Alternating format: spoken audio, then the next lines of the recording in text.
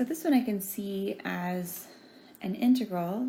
First thing that I look for is this first part that says 5 over n. So that when I think about that, I think about taking an interval of length 5, so maybe from 0 to 5, and I'm breaking it up into n pieces, right? So that's the width of each interval.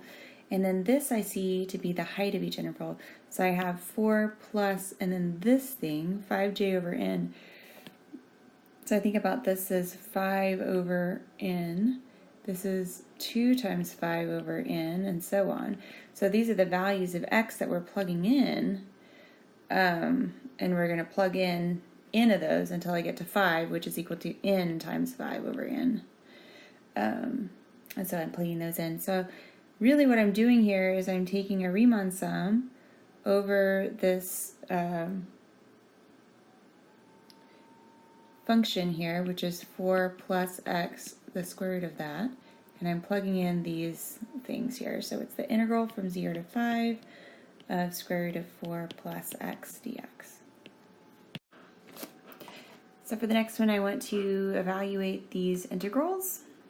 And so what you can do is you can think about a function that has e to the x as its derivative. And so I know that e to the x has e to the x as its derivative. So e to the x would be the integral of that. And then for x to the first, I'm going to add 1 to the power, so I'll have x squared over 2, and then plus c. And this one involves a u substitution, which I don't think you have done yet, so I'm going to cross that one out. But if it were just the integral of sine x dx, we know that would be, dx, we know that would be negative cosine x plus c.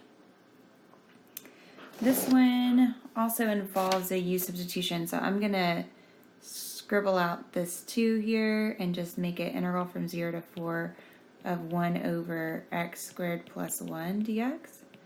And I know an antiderivative of that is tangent inverse. And I'm going to evaluate that from 0 to 4. So it'll be, the answer will be tangent inverse of 4 minus tangent inverse of 0. And so, so it's a good idea to maybe have written down somewhere all of the antiderivatives that you know, that you've gone over in your class.